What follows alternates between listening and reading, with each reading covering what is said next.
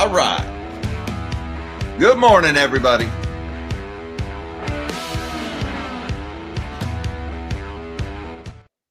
Good morning, all you magnificent melon heads of the world. Happy Tuesday, everybody. Today is October 7th, 2025. And our top story this morning, the U.S. government has taken a stake in yet another rare earth critical minerals miner / developer. This time it is Trilogy Metals. The U.S. government is taking a 10% stake in the company for just $35.6 million. It's not a particularly big company or a big stake that the government is taking, but this is the third along the lines of critical minerals. We had the, who was it? It was Lithium Americas Corp last week. Before that, it was MP Materials. The Department of Defense took a stake in them earlier this year. Hey, while we're at it, let's throw in the stake the government took in Intel and the golden share of U.S. Steel, whatever that means. The government continues to operate like a hedge fund or a private equity firm buying stake in companies. What gives here? Well, the government's transitioning to a wartime economy, guys. That's the sad reality of this. Every single one of these stories, ultimately, what is the goal? What is the common thread? And that is the inevitable confrontation with China in the South China Sea.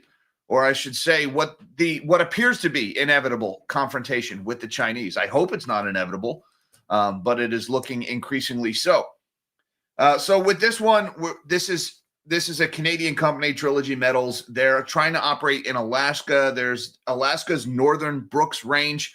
This is a section of the country that was previously off limits. The Biden administration had rejected permits because there's caribou there.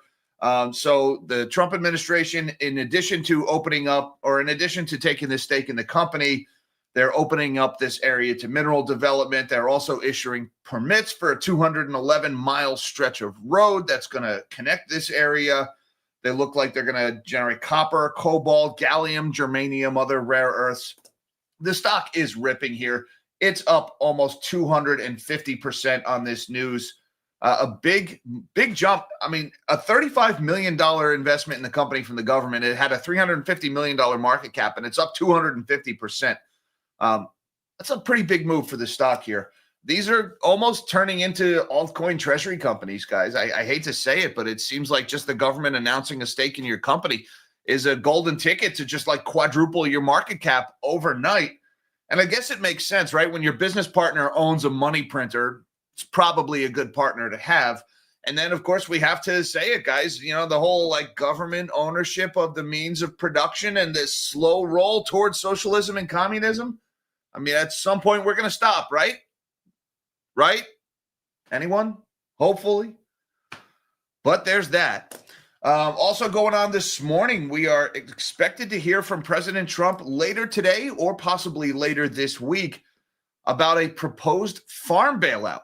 Keep in mind that Chinese have not bought any soybeans from the United States yet this year, and the Chinese are historically the largest buyer of soybeans in the world and the largest buyer of U.S. soybeans. But you may have noticed the whole Liberation Day, the tariff thing, the trade war.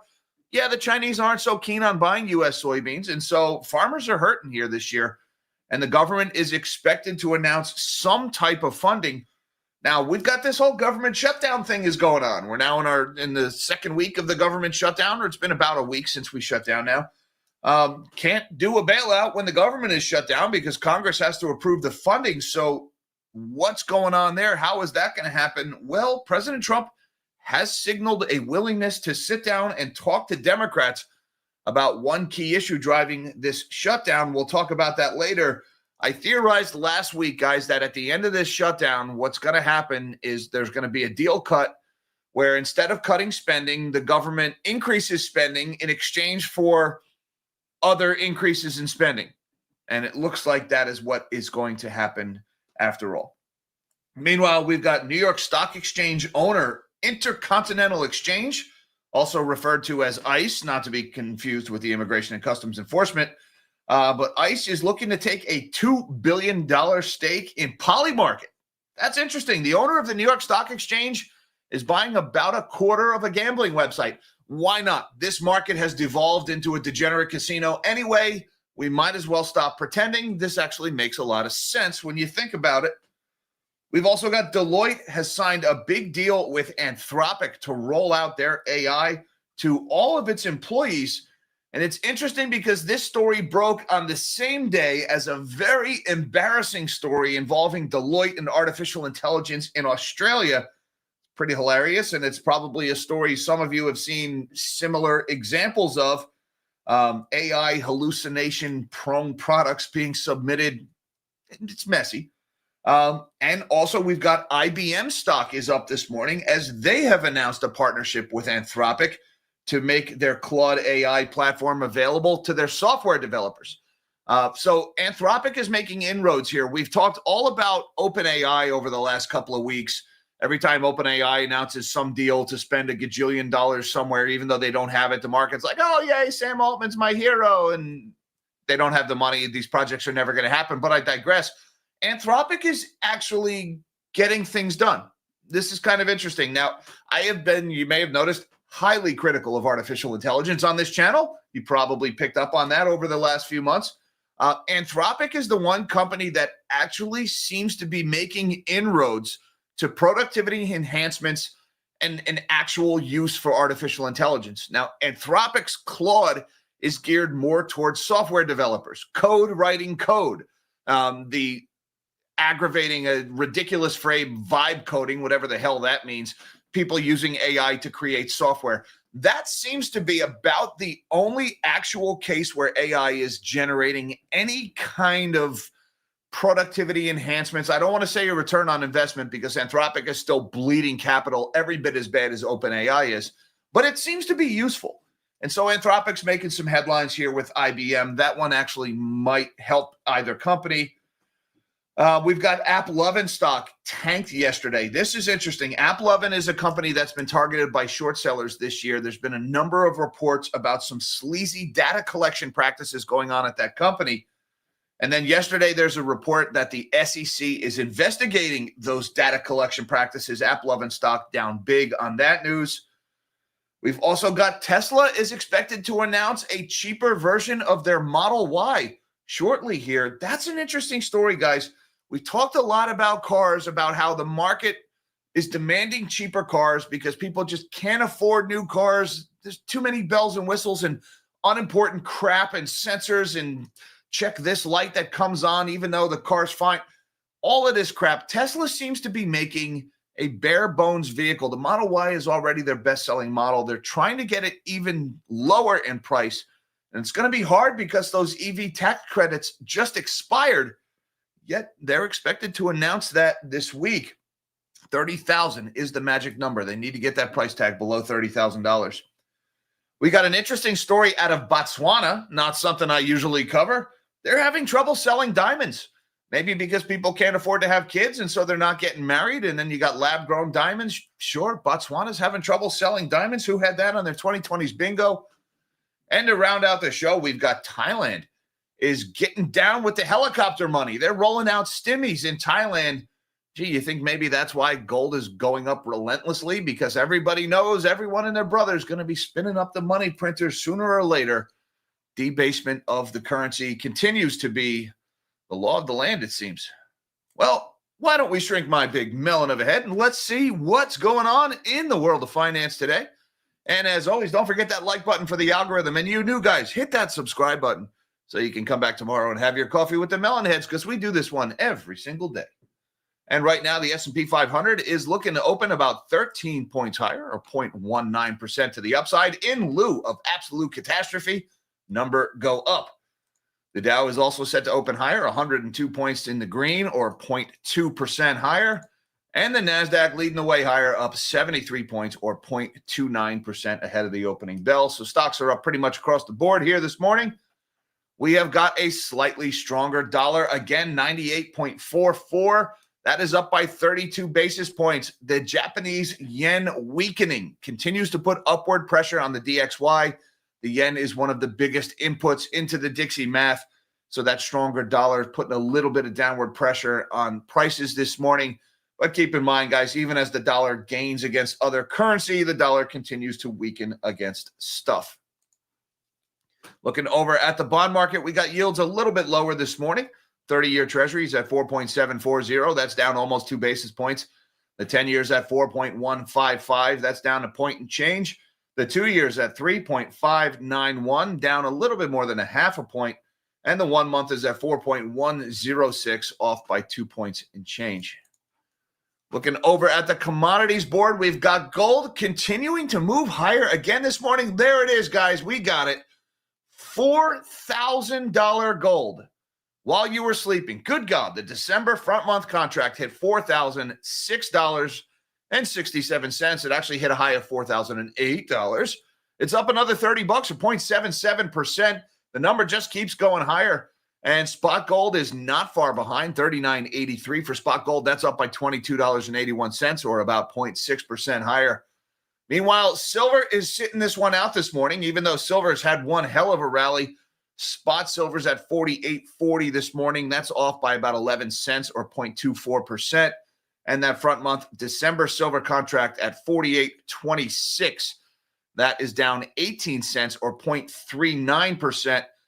We are still seeing silver in London at $48.41. That is more expensive than that December contract. So silver right now remains a little more expensive than silver in December. That is known as backwardation, and that is indicative of a shortage of silver bars in London. And my friend Bob Coleman from Idaho Armored Vaults pointed out yesterday that the cost to borrow SLV shares was rising yesterday. It was going vertical from about 2% and change, which was already pretty high. And we went as high as 9.25% to borrow SLV shares yesterday. That is indicative of a short squeeze in silver. Although right now we don't have a lot happening. We'll see what happens at the New York Open here. As always, I like the shiny. Copper, meanwhile, is higher by 1.55%. Platinum is off by about 0.3%. Palladium is up almost 2%. And WTI crude oil is off by 50 cents, $61.20 for November. WTI futures lower by about 0.8% this morning. Bitcoin continues to look good here, although it is off its highs. Yesterday, we hit an intraday high of 126,296. Bitcoin continuing to run here, although it's pulled back from those levels, currently at $124,746. As shown on Coinbase, we are once again at all-time highs. And as always, guys, I just want to reiterate, we are, according to the calendar, approaching the onset of crypto winter. Just be careful when we're looking at leverage here. I saw today that Binance token, BNB, is now the third largest crypto. It has overtaken XRP. The third largest crypto by market cap is Binance token. Keep in mind, Binance token was created by convicted felon Changpeng Zhou, who is just a sleazeball, even though he's out of jail and back to his stupid, crooked ways. Guys, the fraud building up in the crypto sphere, it's becoming so thick you could almost walk on it. Just be careful. As always, I own a lot of Bitcoin, but I have started taking profits in the last few weeks. All right, here's the top story this morning. U.S. to take a 10% stake in Trilogy Metals to unlock Alaska mining.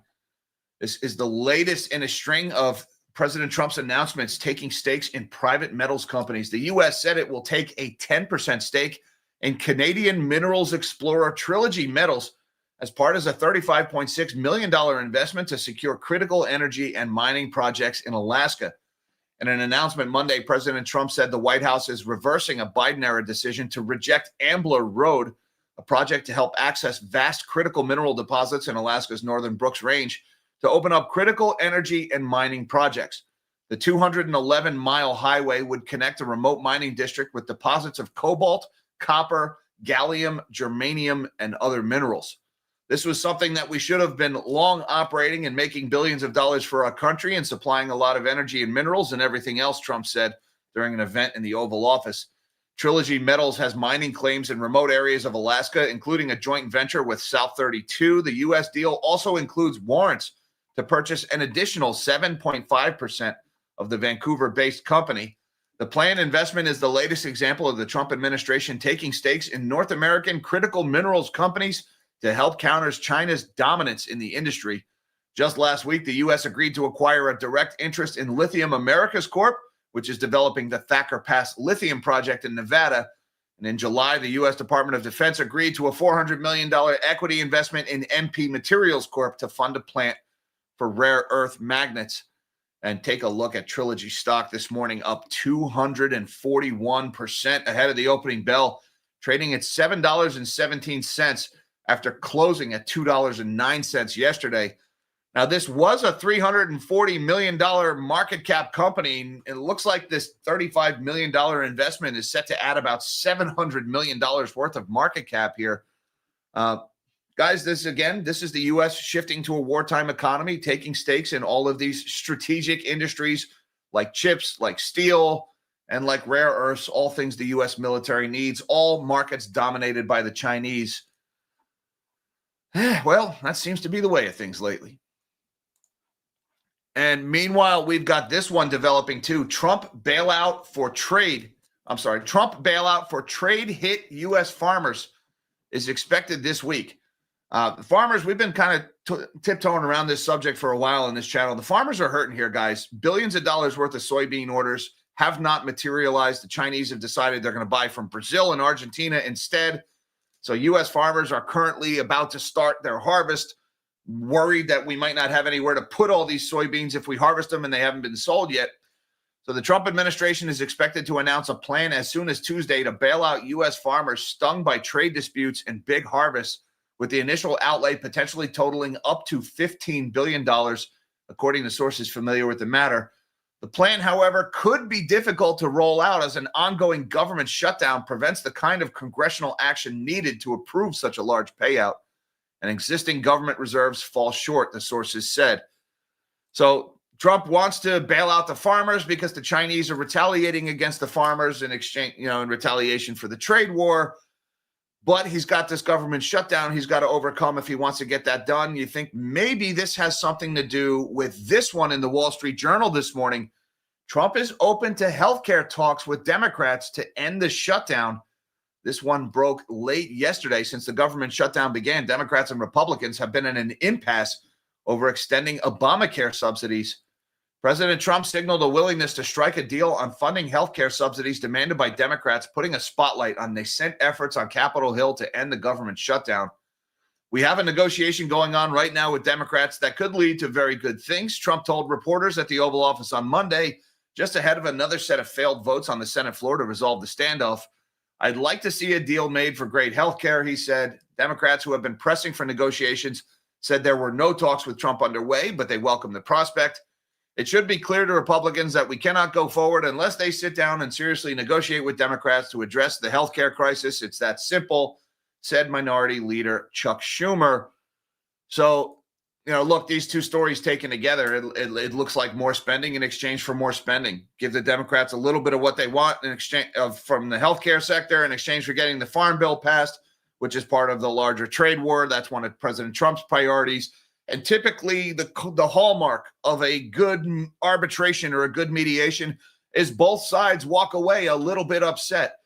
And it looks like that's what is going to happen here, guys. Either way, this government spending is going higher. It's either going to go higher or it's going to go higher and it's going to go higher. Maybe that's why gold just keeps going up.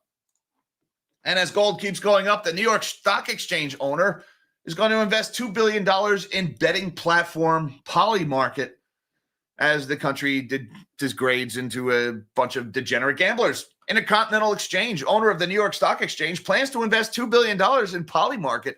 That's a crypto-based betting platform, according to people familiar with the matter. The transaction values the company, which lets traders wager on the outcome of real-world events such as elections and sports, at roughly $8 billion, the people said, asking not to be identified. A representative for ICE declined to comment. Betting on prediction markets soared during the 2024 U.S. presidential election when platforms such as Polymarket and Kalshi handled billions of dollars in wagers on the outcome. Polymarket was kicked offshore by federal regulators in 2022, but the crypto betting platform struck a deal to return by purchasing a little-known derivatives exchange called QCX earlier this year. The purchase came just weeks after prosecutors shut down a probe of the company, which added Donald Trump Jr. to its advisory board earlier this year.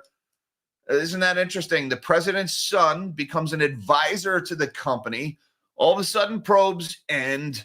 They're allowed back on shore. They strike a deal to buy this derivatives exchange. It almost looks like trading on Access, doesn't it? Doesn't it? Maybe they're taking cues from the great modern artist Hunter Biden and learning how to cash in on dad being in the Oval Office. I don't know. Either way, the market continues to just spiral into a casino. So might as well. This makes perfect sense. It's sad and it's pathetic, but this makes perfect sense. Zero DTE options are now like tens of billions of dollars a day, which are just basically betting on blackjack or what's the other one? What, the roulette wheel. You might as well just put $100 down on black when you buy zero DTE call options. Meanwhile, Carlyle unveils proprietary data showing weak U.S. employment. There was two stories like this today, and I didn't want to go too deep into this, but there was also a story that Mish found with Bank of America releasing some private sector data showing weak employment numbers. We've got this one from asset manager Carlyle saying their data is showing weak unemployment. Guys, while all of this is going on, while the government is shut down and we're not getting non-farm payrolls, we should have had them Friday. There is ample data suggesting the job market continues to weaken. We saw that with ADP last week. We saw it with the Challenger job cuts report last week. And now we've got both BOFA and Carlyle saying the same thing. It's pretty clear that the jobs market is not as strong as they've been saying it was. The question is, how much weaker is it? And when this shutdown is over and we finally do get these reports, are we going to be in for a sudden shock downwards? It's quite possible. Just keep an eye on that one. Meanwhile, Anthropic lands its biggest enterprise deployment ever with Deloitte deal. This one broke just yesterday at noon. Deloitte on Monday announced a deal to bring Anthropic's artificial intelligence assistant Claude to its more than 470,000 employees around the globe. The rollout will be Anthropic's largest enterprise deployment ever, building on a partnership the two companies first unveiled last year.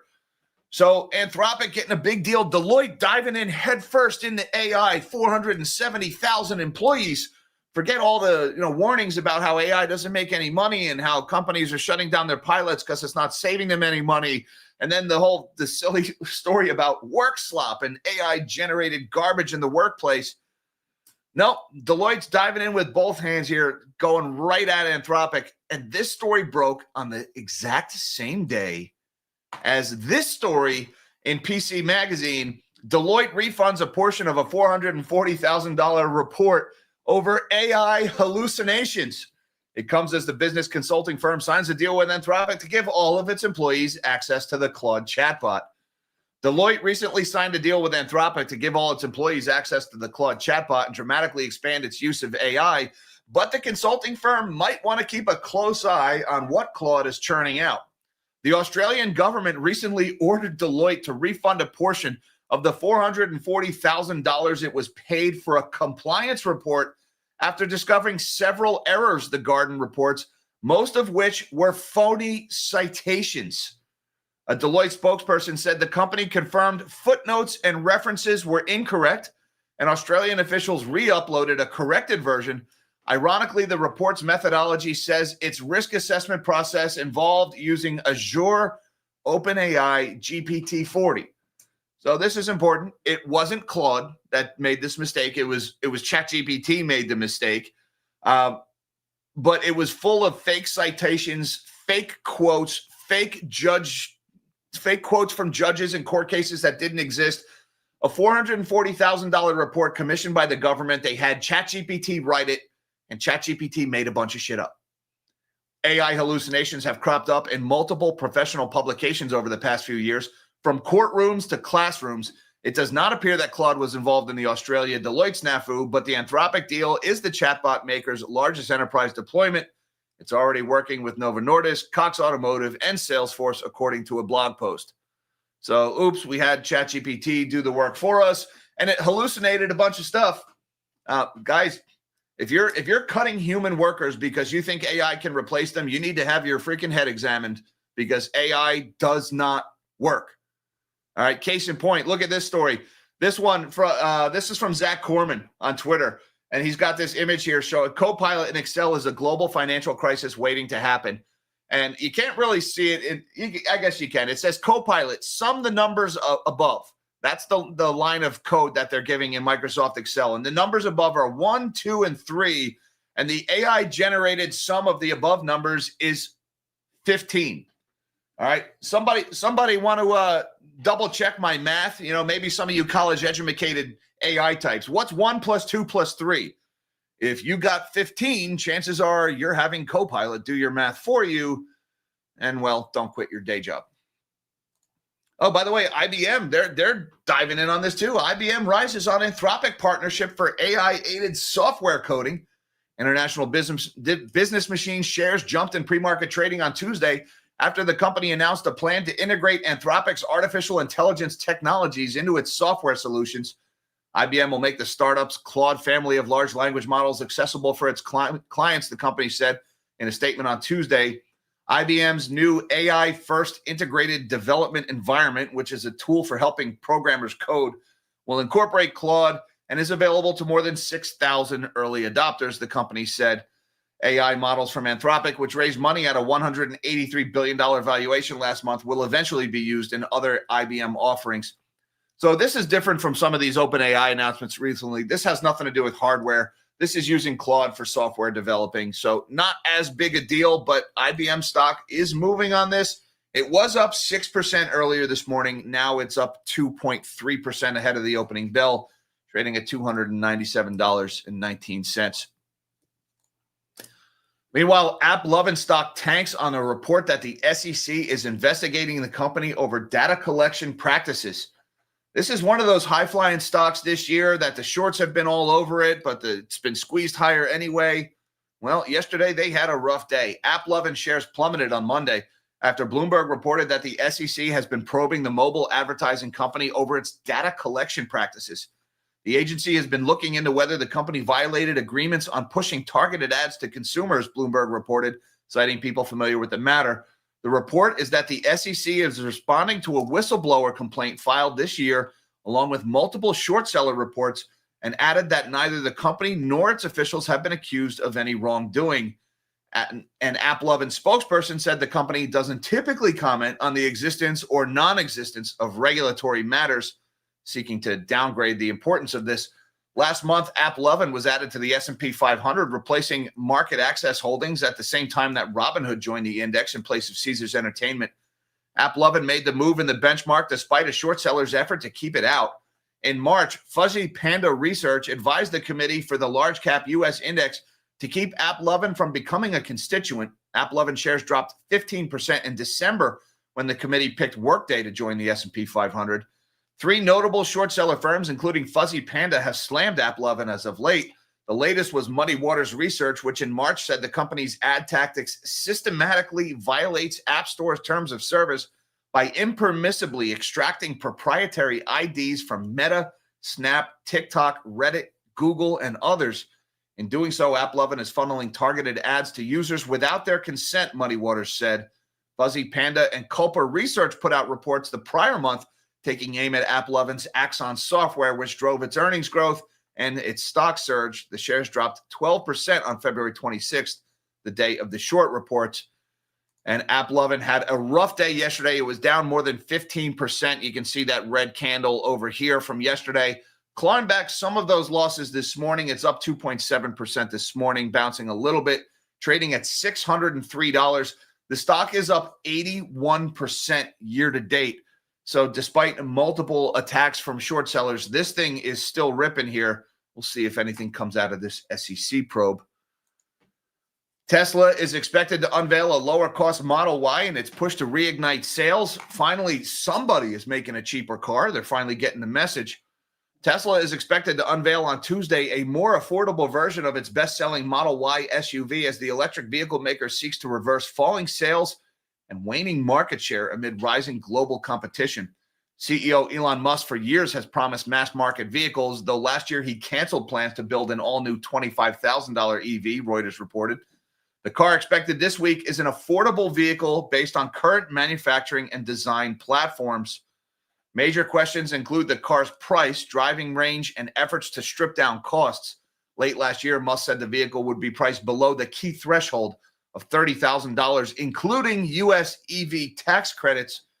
And those EV tax credits just went away, so that $30,000 price tag is going to be a heck of a lot harder to hit. We'll see if this is actually a more affordable vehicle or not later today. Right now, Tesla stock is down about 1.5% after the open. Let's refresh this and get an accurate mark. $445.98, down about $7 today. Now, year to date, Tesla's actually doing all right, which really surprised me this morning. It's actually up 10.4% year to date after having a disastrous start of the year, back when people were throwing Molotov cocktails at charging stations and keying every Tesla car they came across. Those mostly peaceful advocates of free exchange of ideas, so long as those ideas conform to my very narrow set of, how the world should be. And if not, I'll shoot you and blow up your car. But other than that, Tesla's having a pretty good year, up 10.4%. Meanwhile, Botswana says they pulled diamond sale and that it wasn't an emergency auction. This is kind of an interesting story. I mean, you're probably saying to yourself, who cares about diamonds in Botswana? But you can see some underlying macroeconomic tones in this story here. Botswana said an unprecedented ad hoc diamond auction late last month in which it didn't sell any gems because the reserve price wasn't met, wasn't an emergency sale. They didn't sell a single diamond. State trader Akavango Diamond Company has offered about 1 million carats of rough stones in a closed tender on September 25th, Bloomberg reported at the time that the aim had been to raise revenue for the government, whose economy has suffered from a slump in the global gem market. The diamond world is grappling with one of its worst downturns in decades amid a drop in Chinese demand and strong competition from lab-grown stones. While U.S. tariffs have sown further uncertainty, Botswana in particular is feeling the pinch. Diamonds account for about 80% of its export sales and around a third of government revenue. So you got a country here, diamonds is their key output, third of government revenue. They're holding a sale. They don't sell a single diamond because nobody bids enough. Why is nobody bidding enough? Well, first of all, the whole global economy is slowing down. That's not helping. People can't afford to get married and have kids. So if you can't afford to get married and have kids, you're not dropping 3 months' salary on that engagement ring. China has a population collapse because apparently they did things to little girls 20 years ago. Now there's not enough women in the country, and so there's not enough demand for diamonds. This is kind of a mess, guys, and this is indicative of macro trends all over the world, not just in China, in the West, in Africa, and then you've got a government that's at risk of going insolvent because they can't sell any diamonds. But gold just keeps ripping higher. And last but not least, we got to talk about the helicopter money, guys. It's making a comeback. I mean, look, we're talking about doing tariff rebate checks here in the States. So Japan, their yen just tanked yesterday because they had a pro-stimulus candidate won an election there. And now we've got Thailand deploys $1.4 billion stimulus to spur consumption. It's almost like everybody forgot all about that whole inflation thing, which never even ended, and we're already working hard on the next round. Prime Minister, something I definitely can't pronounce, his government has greenlit a $1.36 billion consumption stimulus program to boost a weakening economy and its popularity ahead of a general election. Vote buying for 1,000, Alex. The so-called co-payment program endorsed by the Thai cabinet Tuesday is essentially a government subsidy on the cost of some food, goods, and services. It's a flagship policy of Newton, who became the country's leader last month and promised to announce an election by January. While the subsidy is part of a populist push to appease voters, it comes at a time when Thailand's economy is in dire need of a lift. Economists in a Bloomberg survey expect growth to stall in the second half of this year, weighed down by tariff-hit exports, slowing tourism, and softening consumption. So just print some money, helicopter it out there, buy some votes, and then act surprised 2 years from now when inflation skyrockets again. That's typically how these things work. It's almost like we never learn our lesson. Freaking ever. and gee, I just wonder why gold keeps going up. Maybe because every freaking government in the world is going to do the same thing. The French are doing it. The Japanese are doing it. The US is doing it. The Chinese are doing it. And now Thailand. Gotta love it. Well, guys, that's about all I got for you today. I just want to say thank you so much for having your coffee with the Melon Heads this morning. Nan, I hope you feel better. Get well soon. Thank you so much for everything you do for the channel. Thank you also to my magnanimous melon heads on Patreon and YouTube. You guys rock. Links down below should you feel so inclined. Hi, Mom. Hi, Dad. Love you guys. Everybody, till next time, live small and dream big.